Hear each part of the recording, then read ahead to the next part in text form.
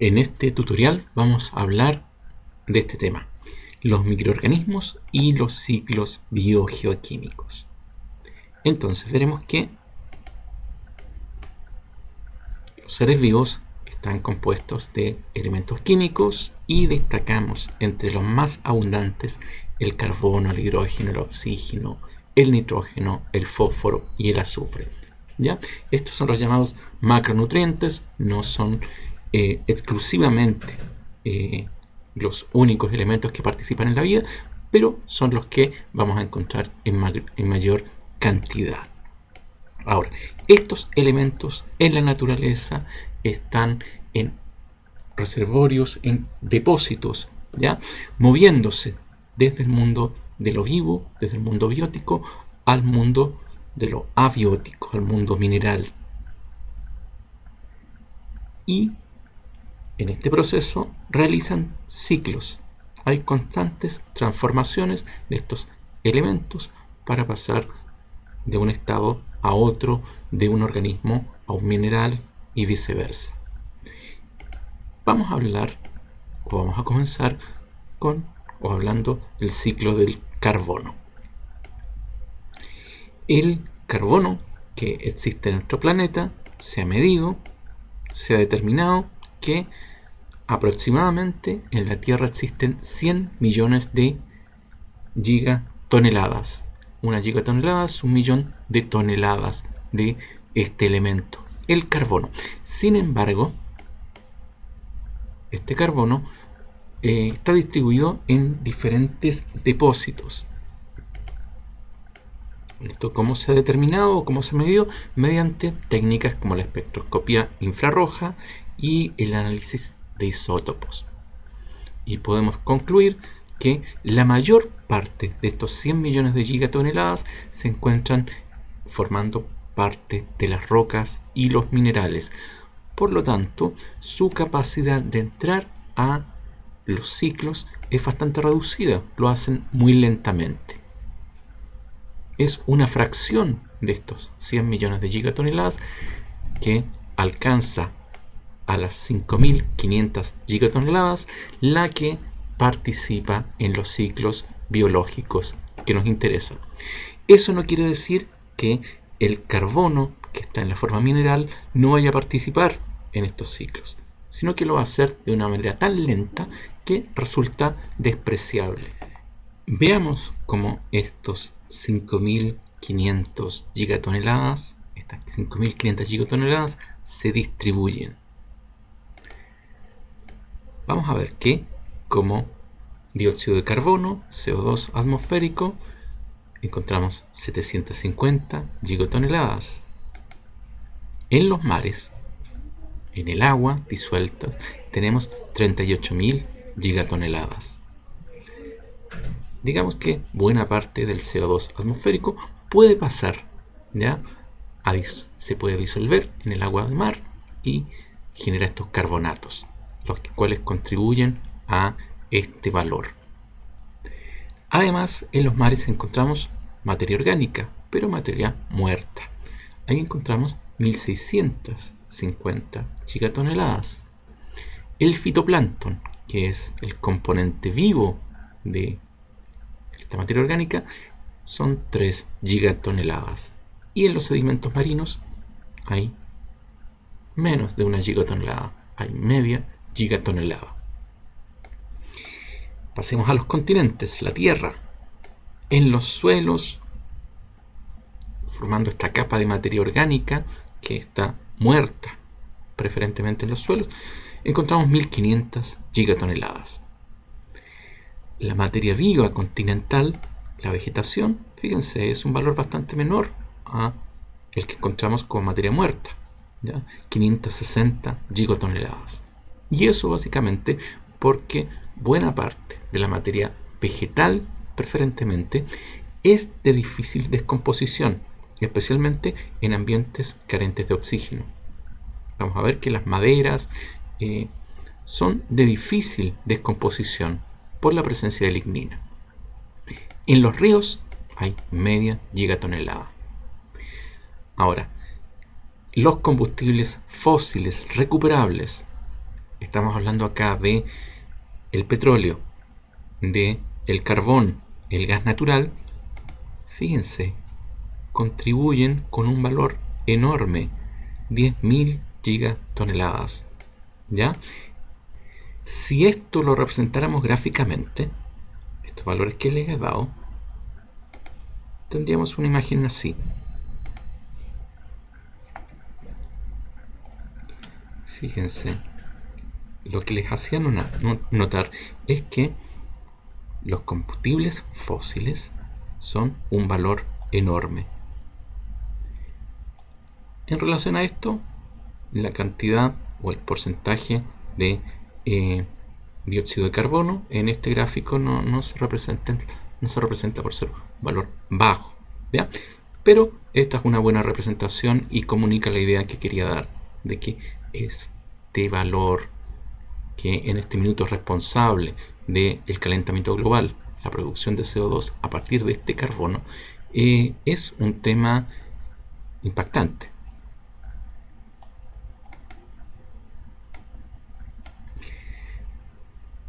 Veamos una imagen del ciclo del carbono.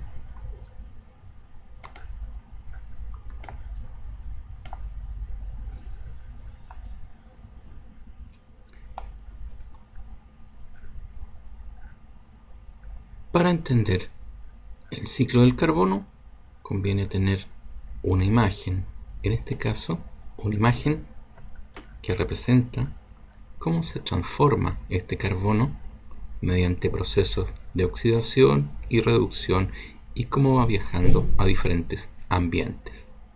Entonces, en esta imagen podemos distinguir dos componentes, ¿ya? Los procesos que ocurren en condiciones aeróbicas y aquellos que producen o se generan en anaerobiosis. Esto que tenemos acá es la materia orgánica, que está representada como si fueran carbohidratos. Acá tenemos CO2, que es la forma más oxidada del carbono.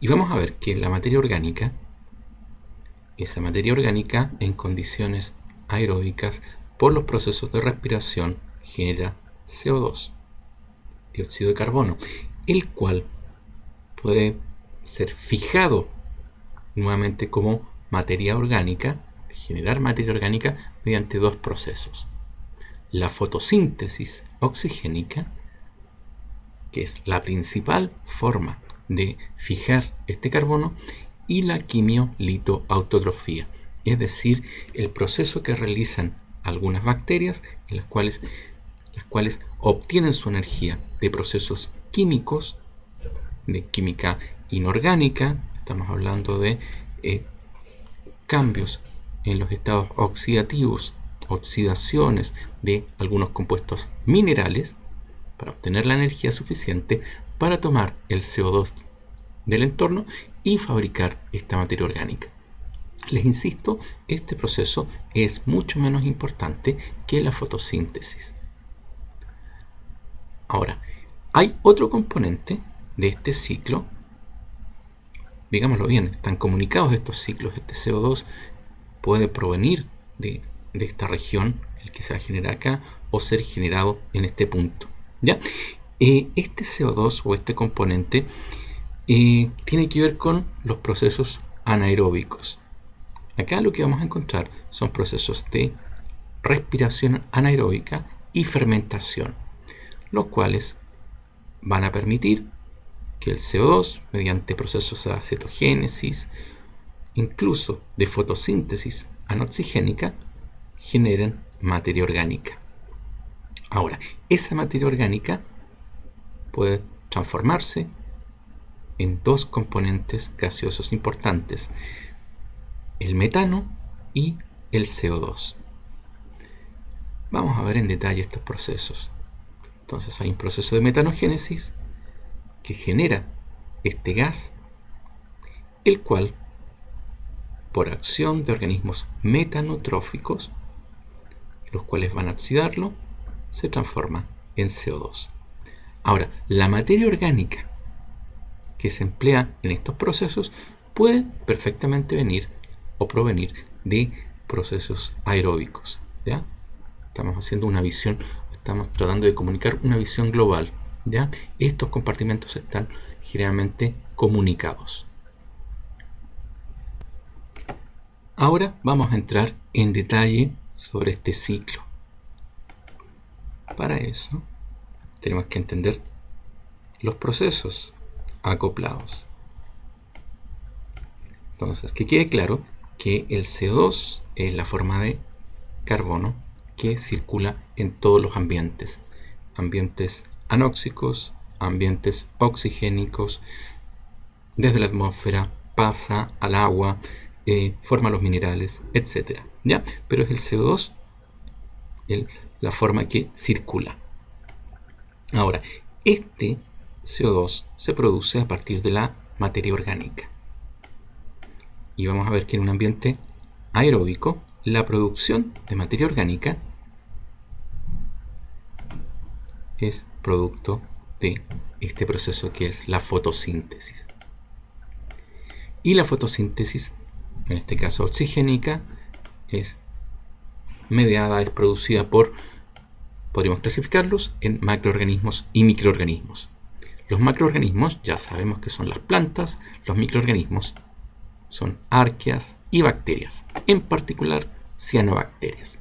¿Y dónde ocurre? Bueno, la fotosíntesis ocurre en tierra y en la zona fótica de los mares.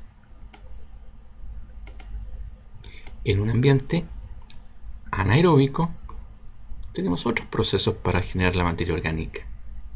En este caso, la quimiolitotrofía. Es producida por bacterias, las cuales van a obtener energía a partir de reacciones químicas que ocurren sobre minerales, sobre compuestos no orgánicos, ¿ya? Y esa energía es aprovechada para tomar el CO2 e incorporarlo a moléculas orgánicas. Y de esa forma se genera la materia orgánica en condiciones anaeróbicas.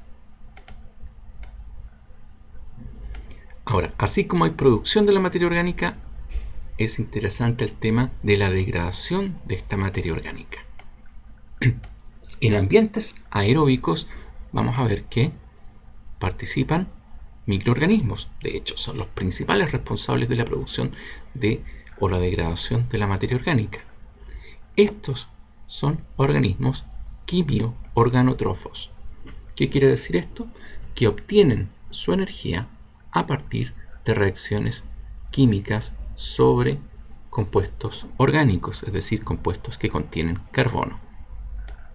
Y estos organismos son capaces de degradar la materia en ambientes aeróbicos, es decir, en presencia de oxígeno, comenzando con moléculas complejas, polímeros, lo degradan a monómeros. Los monómeros son degradados a acetato y mediante este proceso de respiración aeróbica hay producción de CO2. ¿Ya? Además está decir que la degradación de monómeros, formación de acetato, de las clases de bioquímica recordará la glicólisis y su producto, el acetato. Eso en el caso de los carbohidratos. Entonces, eso es lo que ocurre en un ambiente aeróbico. Ahora, la degradación de la materia orgánica en condiciones anaeróbicas es mucho más compleja. ¿Qué es un ambiente anaeróbico? Bueno, aquel que es pobre o está totalmente libre de oxígeno, y este ambiente lo vamos a encontrar en los sedimentos de los lagos, en las ciénagas, los humedales, en los animales, en el caso de los rumiantes, en su rumen, en los intestinos del resto de los animales.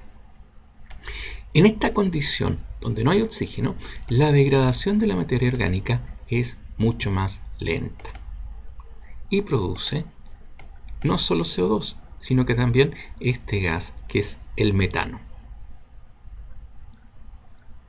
Acá tenemos una imagen para explicar este proceso.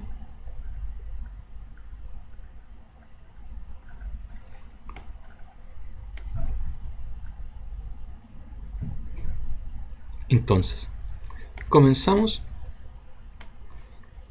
con polímeros complejos, por ejemplo, la celulosa.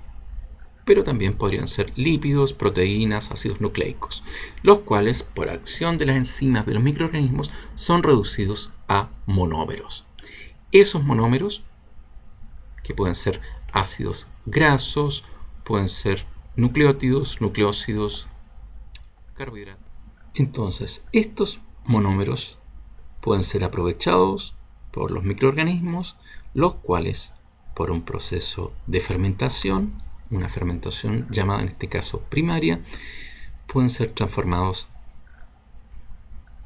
en acetato, y ese acetato puede ser aprovechado por los organismos metanógenos, que son arqueas anaeróbicas, para producir metano, eventualmente CO2. Ahora, no todos los productos de esta fermentación van a ser acetato, ¿ya? Algunos van a ser moléculas complejas, propionato, butirato, succinato, alcoholes, ¿ya? Los tres primeros son ácidos, o son llamados ácidos grasos de cadena corta o de cadena liviana, y los alcoholes. Estos no pueden ser aprovechados por las arqueas, por los metanógenos, ¿ya? Directamente no. Necesitan de la participación de otro grupo de bacterias, un grupo llamado sintrótrofos. Este es un proceso llamado sintrofía, ¿ya?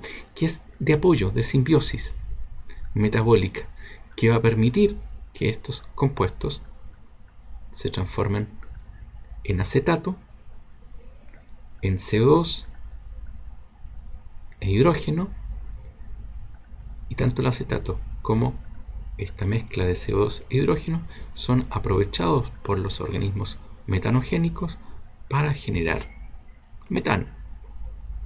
Eventualmente hay producción de CO2. Ahora, la generación o la fermentación, además de producir estos ácidos grasos de cadena corta y estos alcoholes, también puede producir CO2 e hidrógeno. Ahora, estos gases pueden ser aprovechados en otro proceso, la acetogénesis, que es mediada por microorganismos llamados acetógenos. ¿Y qué es lo que hacen? Transforman estos gases en acetato. Ahora, este acetato también puede ser aprovechado por los metanógenos para producir estos gases. Este gráfico resume el proceso de degradación de la materia orgánica en condiciones de baja disponibilidad de oxígeno o de ninguna disponibilidad de oxígeno. Vamos a verla con un poquito más de detalle. Entonces vamos a reducir este ciclo.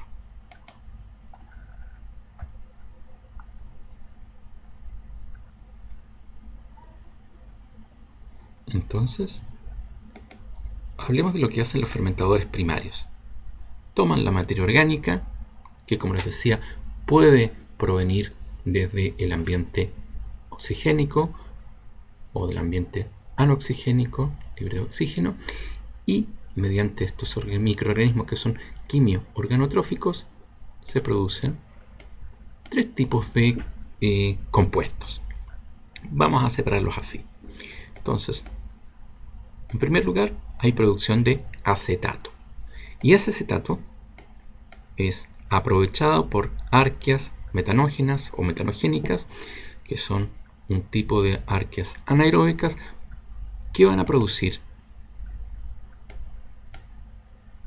mediante la reducción del CO2, es decir, utilizan el CO2 como aceptor final de electrones, y esos electrones ¿de dónde provienen? Del hidrógeno, y van a transformar esto en CO2 más metano. Este metano, fíjense, es la forma más reducida en que podemos encontrar el carbono, y como tal es un excelente combustible. Bueno, pero no se van a producir exclusivamente acetato por acción de los fermentadores primarios. También puede haber producción de ácidos grasos de cadena corta, como cuáles: ácido propiónico, ácido butírico, ácido succínico. Ahora, además de ácidos grasos, se pueden producir una serie de alcoholes. Tanto los ácidos grasos como los alcoholes no pueden ser aprovechados por estas arqueas metanogénicas, ¿ya? Así que deben ser previamente transformados por otras bacterias, las llamadas fermentadoras secundarias o fermentadores secundarios, microorganismos fermentadores que van a transformar estos ácidos grasos, ácidos grasos de cadena corta o volátiles también llamados, estos alcoholes, en esta mezcla de gases, hidrógeno, CO2 y además en este compuesto que es el acetato. Y estos compuestos sí pueden ser aprovechados ahora por las arqueas metanogénicas. ¿Quiénes los van a transformar? Ya sabemos, en metano y CO2. El proceso, este proceso de cooperación, recibe el nombre de sintrofía, ¿ya? Y esta sintrofía entre fermentadores secundarios más organismos metanogénicos depende del consumo de hidrógeno. Debe haber un buen consumo de hidrógeno de parte del metanógeno para que estos fermentadores secundarios puedan realizar bien su tarea. Entonces,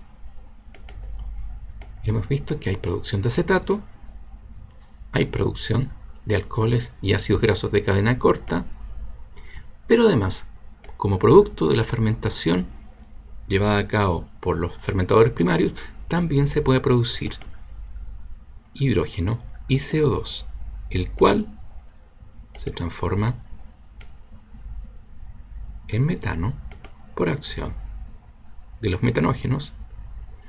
Pero, fíjense, además de las arqueas metanogénicas, existen bacterias acetogénicas que van a transformar estos mismos gases, estos mismos componentes o resultados de la fermentación primaria en acetato. Este acetato, además, vamos a ver que directamente puede formar metano y CO2. Ahora, el proceso de generación de acetato a partir de hidrógeno gaseoso y CO2 recibe el nombre de acetogénesis, ¿ya? Y es una reacción que compite por el hidrógeno con la metanogénesis. Ahora vamos a hablar un poquito sobre esta competencia que se da en muchos ambientes anaeróbicos. Diremos que en general la metanogénesis es más favorable en términos energéticos, es decir, la producción, la oxidación del hidrógeno gaseoso, la producción de metano, entrega más energía a los microorganismos. Sin embargo, en el ambiente vamos a ver que hay más ejemplos o es más importante en la naturaleza la acetogénesis. Ambos procesos, metanogénesis y acetogénesis, se dan frecuentemente asociados a organismos, a otros organismos. Por ejemplo, podemos encontrar que hay organismos metanogénicos al interior de protozoos. Y esos protozoos, esos protistas, a su vez pueden encontrarse al interior de otros animales. Ahora, se ha visto que en rumiantes coexisten procesos de acetogénesis y de metanogénesis. Sin embargo, la metanogénesis es la que domina. En el caso de las termitas, estos consorcios microbianos, o en estos consorcios, se ve que el proceso de acetogénesis es mucho más favorecido.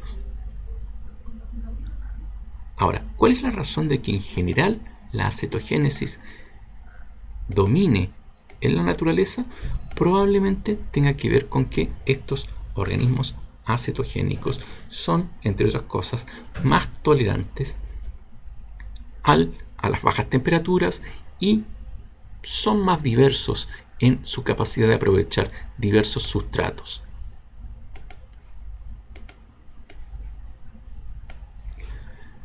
Para finalizar, diremos algo sobre el metano. El metano, este gas, tiene un origen principalmente biológico. De hecho, una de las cosas que se busca en Marte como evidencia o prueba de la existencia de vida es la producción de este gas, el metano. En la Tierra, ¿cuáles son las principales fuentes de metano biológico? Sorprendentemente, el eructo de los rumiantes, en particular de las vacas, ¿ya? Ahí hay una contribución de este gas. También es producida en las termitas. Yo les dije, si bien dominan los procesos acetogénicos en el intestino de estos insectos, también hay producción de metano. En ambientes anóxicos, como los pantanos, en los arrozales, también hay producción de metano. Este gas, el metano, es insoluble en el agua, a diferencia del dióxido de carbono, el CO2, que formaba carbonatos. Bueno, en este caso, o ion carbonato, que es lo correcto, este gas, al no ser soluble, sale del agua, de los ambientes, y migra hacia ambientes oxigenados, donde por acción principalmente de microorganismos llamados metanotróficos, se transforma en CO2. Los organismos metanotróficos lo que hacen es oxidar este metano y generan el CO2. El producto de esta oxidación o la producción de esta oxidación les genera la energía necesaria para vivir. Un dato notable es que el metano es un poderoso gas de invernadero. De hecho, se estima que es 200 veces más eficiente que el dióxido de carbono. Así que es un problema este gas. Los procesos de metanogénesis, la formación de metano, no ocurren en sedimentos marinos, a pesar de que tenemos ahí una condición de anaerobiosis en estos sedimentos, básicamente porque el proceso de metanogénesis requiere de hidrógeno, y este hidrógeno es aprovechado por las bacterias reductoras de sulfato, que son muy abundantes en estos sedimentos. Así que este proceso no se da ahí. Diferente es el caso de un ambiente de agua dulce, donde es tan poco disponible el sulfato que estas bacterias no tienen la oportunidad de competir con las metanogénesis. Ahora, en el fondo de los mares vamos a encontrar que se acumulan gran cantidad de este gas, metano. ¿Qué es lo que ocurre? Al fondo de los mares tenemos bajas temperaturas y altas presiones, de manera que este gas forma un sólidos que reciben el nombre de hidratos de metano, ¿ya? Y permanece ahí en grandes cantidades. Ahora, un tema que no deja de ser, digamos, de preocupación, es que la presencia o la permanencia de este metano almacenado, reservado, depositado, ¿ya?, en el fondo de los mares, depende de que exista una baja temperatura. Si hay un aumento quizá de 1 o 2 grados Celsius a nivel del fondo de los mares, eventualmente estos hidratos de metano se van a liberar y este metano va a ascender a la atmósfera con el consecuente impacto sobre el efecto invernadero. Bueno, y eso es lo que les quería comentar con este tutorial sobre el ciclo del carbono, que no es el único ciclo que vamos a ver.